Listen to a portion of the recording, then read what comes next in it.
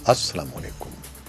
पाकिस्तान में इस वक्त शाम के 7, भारत में 7:30 और यहाँ हमारे स्टूडियोज़ की घड़ियों में सुबह के 10 बज रहे हैं। वॉइस ऑफ अमेरिका वाशिंगटन की उर्दू सर्विस से हमारी बाकायदा नशरियात का आगाज़ होता है। पहले घंटे के लिए मैं हूँ आपका मेज़बान खालिद हमीद। जैसा कि आप देख रहे हैं, फेसबुक लाइव पर हम आपके सामने हैं और वेबसाइट और रेडियो पर हमारा ये 1 घंटे का न्यूज़ शो जारी रहेगा। तो आगाज़ करते हैं पहले आज की अहम खबरों की सुर्खियों से। चीन ने कहा है कि चीन पाकिस्तान इक़्तिसादी राहदारी मंसूबों के लिए बीजिंग की तरफ से इस्लामाबाद को फराहम की जाने वाली माली मुआवनत और कर्ज़े IMF से बेल आउट पैकेज के हुसूल की राह में रुकावट नहीं है। पेशावर के इलाके हयाताबाद में एक रोज़ कबल अस्करियत पसंदों और सिक्योरिटी फोर्सेस के दरमियान होने वाले फायरिंग के वाक़े में तहक़ीक़ात का सिलसिला जारी है और पुलिस हुकाम ने बताया है कि इस सिलसिले में 5 अफराद को हिरासत में ले लिया गया है। पाकिस्तान की पार्लिमान और पश्तून तहफ़्फ़ुज़ मूवमेंट के दरमियान पहली मरतबा बाज़ाब्ता राब्ता होने पर मंजूर पश्तीन का कहना है कि हुकूमत के साथ होने वाली बातचीत मुज़ाकरात नहीं थे। पाकिस्तान की वफाकी काबीना ने ज़ाब्ता फौजदारी की दफ़ा 302 में तरमीम की मंजूरी दी है, जिसके तहत मुजरिमों को सज़ाए मौत दी जाती है। इन खबरों की तफसीली रिपोर्ट्स भी कुछ देर में आपके लिए पेश की जाएंगी, तो हाजिर होते हैं चंद लम्हे बाद। चीन ने कहा है कि चीन पाकिस्तान इक़्तिसादी राहदारी CPEC मंसूबों के लिए बीजिंग की तरफ से इस्लामाबाद को फराहम की जाने वाली माली मुआवनत और कर्ज़े पाकिस्तान की आलमी मालियाती इदारे से बेल आउट पैकेज के हुसूल की राह में रुकावट नहीं है। चीन के सफ़ीर याओ जिंग ने यह बात बुध को वॉइस ऑफ अमेरिका से गुफ्तगू के दौरान कही। इस्लामाबाद में CPEC से मुताल्लिक़ एक तकरीब के मौके पर वॉइस ऑफ अमेरिका से बात करते हुए याओ जिंग का कहना था कि CPEC के लिए चीन की तरफ से फराहम की जाने वाली माली मुआवनत मुख्तलिफ नौइयत की है और इन मंसूबों का पाकिस्तान की माशी तरक्की में अहम किरदार है। उन्होंने कहा कि CPEC की वजह से पाकिस्तान और चीन के दरमियान माशी ताउन में इजाफा हुआ है, जो दोनों मुल्कों के मफाद में है। उन्होंने कहा कि पाकिस्तान का मफाद चीन का भी मफाद है। तालिबान ने 250 अरकान की उस तवील फहरिस्त पर एतराज़ किया है जो अफगान हुकूमत ने दोहा कॉन्फ्रेंस के शुराका की जारी की है। ग्रुप के तर्जुमान ज़बीउल्लाह मुजाहिद ने दावा किया है कि कॉन्फ्रेंस के मुंतज़मीन कभी इतनी बड़ी तादाद में शुराका को कबूल नहीं करेंगे और न ही इतने लोगों को शिरकत के लिए दावत देने की उनकी कोई रिवायत है। तालिबान के तर्जुमान ने कहा कि इन 250 लोगों में से एक मुख्तसर तादाद दोहा कॉन्फ्रेंस में शरीक होगी। तालिबान के अलावा मुतादिद अफगान सियासतदानों ने भी 250 अफराद की फहरिस्त पर तनकीद की है और बहुत से अरकान ने इस कॉन्फ्रेंस के लिए दोहा जाने से इनकार किया है।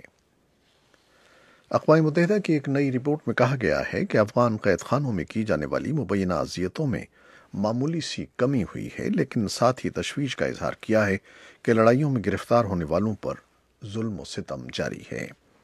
अपनी शेषमाही रिपोर्ट में जो बुध के रोज़ जारी की गई, अफगानिस्तान में मुआविन मिशन का कहना है कि लड़ाइयों में गिरफ्तार होने वाले 1/3 कैदियों के इंटरव्यूज़ पर मबनी रिपोर्ट में कहा गया है कि उन्हें अजियतें दी गईं और बदतरीन सलूक किया गया। मुआविन मिशन यूनेमा का कहना है कि ये रिपोर्ट 618 कैदियों के इंटरव्यूज़ पर मबनी है, जो अफगानिस्तान के 34 में से 28 सूबों के 77 कैद खानों में जनवरी सन 2017 से 31 दिसंबर सन 2018 तक लिए गए थे। अक़वाम मुत्तहिदा की सलामती कौंसिल ने अफगान तालिबान की तरफ से गैर मुल्की अफवाज पर नए हमलों के ऐलान की मजम्मत करते हुए कहा है कि इसकी वजह से अफगान अवाम की मुश्किलात में इजाफा होगा और ये हमले अफगानिस्तान की मज़ीद बर्बादी का सबब बनेंगे। अफगान तालिबान ने गुज़श्ता हफ्ते अफगान फ़ौज, नेटो और अमरीकी फोर्सेस के ख़िलाफ़ मौसम बहार के आगाज़ के साथ ही हमलों का नया सिलसिला शुरू करने का ऐलान किया था। अफगान तालिबान और अमरीका के दरमियान कतर के दारुल-हुकूमत दोहा में बातचीत के मुताद्दिद दौर हो चुके हैं और रवां हफ्ते अफगानिस्तान के कसीरुल फरीकी वफ़द और तालिबान के नुमाइंदों के दरमियान बातचीत का नया दौर मुतवक्के है।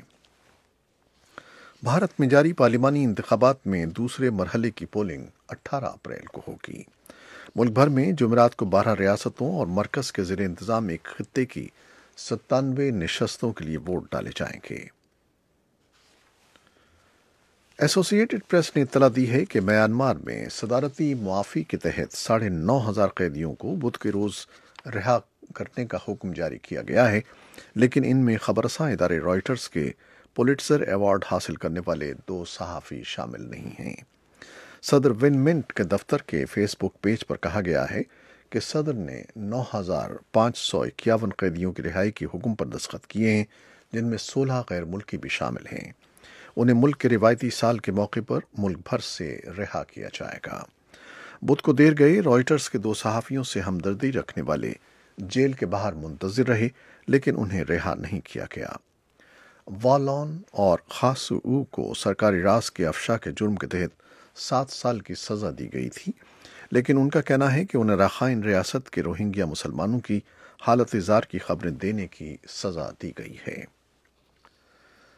فرانس کے صدر ایمانوئل میکران نے 5 سال کے اندر پیرس کے تاریخی نوٹر ڈیم گرجا گھر کی تعمیر نو کا عزم ظاہر کیا ہے، جبکہ حکام وہاں لگنے والی آگ کے نقصانات کا اندازہ لگا رہے ہیں۔ منگل کی رات ٹیلی ویژن پر قوم سے خطاب میں انہوں نے اس گرجا گھر کو زیادہ خوبصورت طریقے سے تعمیر کرنے کی تجویز پیش کی اور بدھ کے روز صدر کابینہ کے اجلاس میں تعمیر نو اور اس کو مکمل کرنے کے لیے فنڈنگ کے معاملات پر غور کریں گے۔ فرانس کے مالدار شہریوں اور تاجروں نے پہلے ہی اس کی تعمیر کے لیے $800 ملین کی خطیر رقم دینے کا وعدہ کیا ہے، لیکن اس بحالی کے ذمہ دار عہدیداروں کا کہنا ہے کہ اس کام کی تکمیل میں اشروں لگ سکتے ہیں۔ سوڈان کے سابق صدر عمر البشیر کو دارالحکومت کی جیل میں قید کر دیا گیا ہے۔ 5 روز پہلے انہیں فوج نے اقتدار سے برطرف کر کے گھر میں نظر بند کر دیا تھا۔ 75 سالہ صدر کے رشتہ داروں نے بتایا ہے کہ انہیں خرطوم کی کوبر جیل میں منگل کے روز منتقل کیا گیا اور سخت سیکیورٹی میں رکھا گیا ہے۔ اسی اثناء میں خرطوم کے فوجی ہیڈ کوارٹر کے باہر ہزارہا افراد نے مظاہرہ کیا جو سول عبوری حکومت کا مطالبہ کر رہے تھے۔ افریقی یونین اور متعدد مغربی ملکوں نے بھی انتخابات اور تیز ترین سول قیادت کی تبدیلی کا مطالبہ کیا ہے۔ متحدہ عرب امارات کے ولی عہد محمد بن زید نے سعودی عرب کا دورہ کیا ہے، جس کے دوران انہوں نے سعودی قیادت کے ساتھ خطے کی صورتحال پر بات چیت کی ہے۔ سعودی عرب کے سرکاری ذرائع ابلاغ کے مطابق شہزادہ محمد بن زید نے منگل کو اپنے دورے کے دوران شاہ سلمان اور ولی عہد شہزادہ محمد بن سلمان کے ساتھ ملاقاتوں میں خطے میں آنے والی تبدیلیوں پر تبادلہ خیال کیا۔ امارات کے ولی عہد نے یہ دورہ ایسے وقت میں کیا ہے جب سوڈان میں 30 سال سے برسر اقتدار عمر البشیر کے خلاف کامیاب فوجی بغاوت کے بعد عرب دنیا کی بادشاہتیں تشویش کا شکار ہیں۔ امریکہ کے صدر ڈونلڈ ٹرمپ نے یمن کی جنگ میں امریکہ کی شرکت کے خلاف کانگریس کا منظور کردہ مسودہ قانون ویٹو کر دیا ہے۔ ایوان نمائندگان نے رواں ماہ وائٹ ہاؤس کی پالیسی سے اختلاف کرتے ہوئے یمن میں جاری جنگ میں امریکہ کی جانب سے سعودی عرب اور اس کے اتحادی ملکوں کی معاونت ختم کرنے کا بل منظور کیا تھا۔ مصر کی پارلیمان نے منگل کے روز آئین میں ترامیم منظور کی، جن کی بدولت صدر عبد الفتاح السیسی کے لیے سن 2030 تک اقتدار میں رہنے کی راہ ہموار ہو سکتی ہے۔ ان ترامیم پر قومی ریفرنڈم کروایا جائے گا، جس کے بارے میں مخالفین کا کہنا ہے کہ یہ مطلق العنانیت کی جانب ایک اور قدم ہے، جس سے 8 سال قبل جمہوریت کی حامی تحریک کے نتیجے میں حسنی مبارک کی آمریت ختم ہوئی، جو 3 اشروں سے کرسی پر براجمان تھے۔ امریکہ کے محکمہ انصاف کا کہنا ہے کہ سن 2016 میں ہونے والے امریکی صدارتی انتخاب میں روس کی مبینہ مداخلت سے متعلق سابق خصوصی تفتیشی افسر رابرٹ ملر کی رپورٹ کا مکمل متن جمعرات کے روز جاری کر دیا جائے گا۔ صدر ٹرمپ نے منگل کے روز ایک بیان میں اس بات کا اعادہ کیا کہ رابرٹ ملر رپورٹ میں انہیں انتخاب میں کسی بھی طرح کی بے قاعدگیوں سے بری الذمہ قرار دیا گیا ہے۔ تاہم صدر ٹرمپ سمیت تمام حلقے 22 ماہ تک جاری رہنے والی تفتیش کے بعد تیار کی گئی اس رپورٹ کے اجرا کے منتظر ہیں۔